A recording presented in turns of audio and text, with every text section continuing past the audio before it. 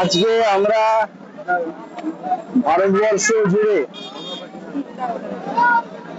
বিশেষ করে আমরা পশ্চিমবঙ্গবাসী ৮০তম স্বাধীনতা দিবস প্রাককালে ঘর ঘর তিরঙ্গা যাতে মানুষের ঘরে ঘরে যায়, তার জন্য এত বড় মিছিল।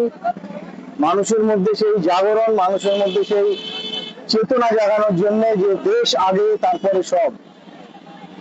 আমরা এখন ভাবতে অবাক হয়ে যাই যে স্বাধীনতার ৮০তম বছরে দাঁড়িয়ে আমরা দেখতে পাচ্ছি শুধু হুগলি জেলায় ৩.৫ লক্ষ থেকে ৪ লক্ষ মানুষের ঘরে এখনো পর্যন্ত পানীয় জল যায়নি।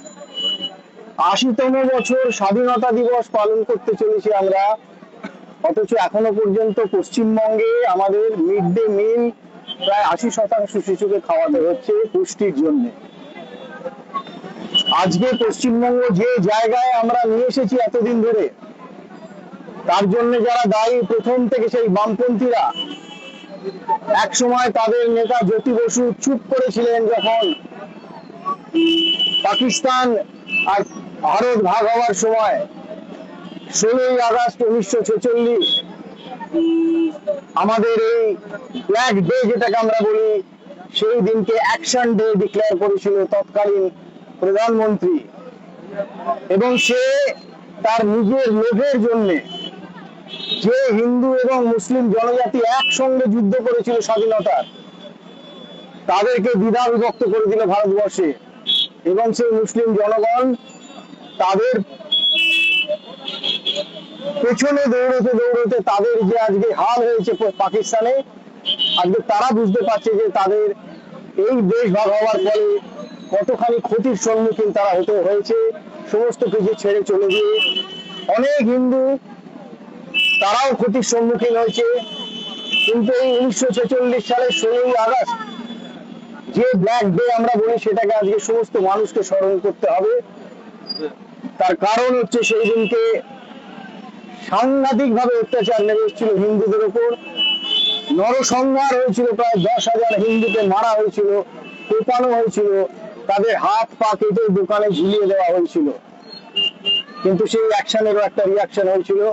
সেই রিয়াকশন দিয়েছিল আমাদের হিন্দু জনজাতি থেকে বেরিয়ে আসা এক সামান্য নেতা, যাকে আমরা গোপাল পাঠা বলে পরবর্তীকালে চিনতে পেরেছি। তিনি গোপাল ব্যানার্জি। তিনি একজন মাংস বিক্রেতা ছিলেন। তিনি তার দলবল নিয়ে সেই হিংস্রতার বিরুদ্ধে লড়াই করেছিলেন। যার জন্য আজকে মানুষের কাছে বার্তা দিতে হবে যে আমরা উন্নয়ন চাই, হিন্দুরা শান্তি চায়, উন্নয়ন চায়। আমরা ভারতবর্ষ তথা পশ্চিমবঙ্গের মানুষকে একটা সুস্থ সমাজও দিতে চাই। কিন্তু যদি আমাদের উপর আক্রমণ আসে, ৫,০০০ বছরের হিন্দু সংস্কৃতির উপর যদি আক্রমণ আসে, তাহলে আমরাও কিন্তু কেউ ছেড়ে কথা বলবো না। প্রতিবাদ এবং প্রতিরোধ হবে, প্রয়োজনে প্রতিশোধ হবে, যে কথা শ্যামাপ্রসাদ মুখার্জি বলে গেছিলেন তার জীবন দিয়ে। আজকে তার জন্য পশ্চিমবঙ্গে আমরা এখানে বাস করতে পারছি, ভারতবর্ষের মধ্যে। তার জন্য আজকে পশ্চিমবঙ্গ ভারতের মানচিত্রে আছে। সেই শ্যামাপ্রসাদ মুখার্জিকেও আমরা আজকে স্মরণ করছি। এবং সমস্ত পশ্চিমবঙ্গবাসীর কাছে আমাদের আবেদন যে আপনারা আপনাদের পূর্বসূরি, আপনাদের ছেলে মেয়েদের এটা ভুলে যেতে দেবেন না যে একটা সময় অনেক নির্যাতন সহ্য করে অনেক মানুষ তাদের বুকের উপর দিয়ে এই স্বাধীনতা নিয়ে এসেছে।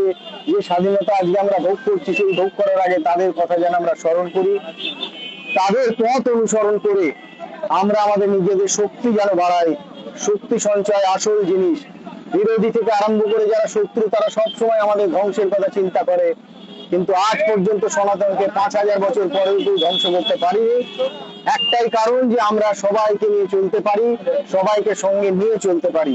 তাই এই স্বাধীনতা ৮০তম স্বাধীনতা দিবসের প্রাককালে আমাদের এই যে ঘর ঘর তিরঙ্গা, মানুষের মনের ভেতরে, মানুষের চিন্তনের ভেতরে তিরঙ্গা যাতে চলে যায়, তার এই প্রচেষ্টার জন্য এত বড় মিছিল সারা পশ্চিমবঙ্গ জুড়ে হচ্ছে।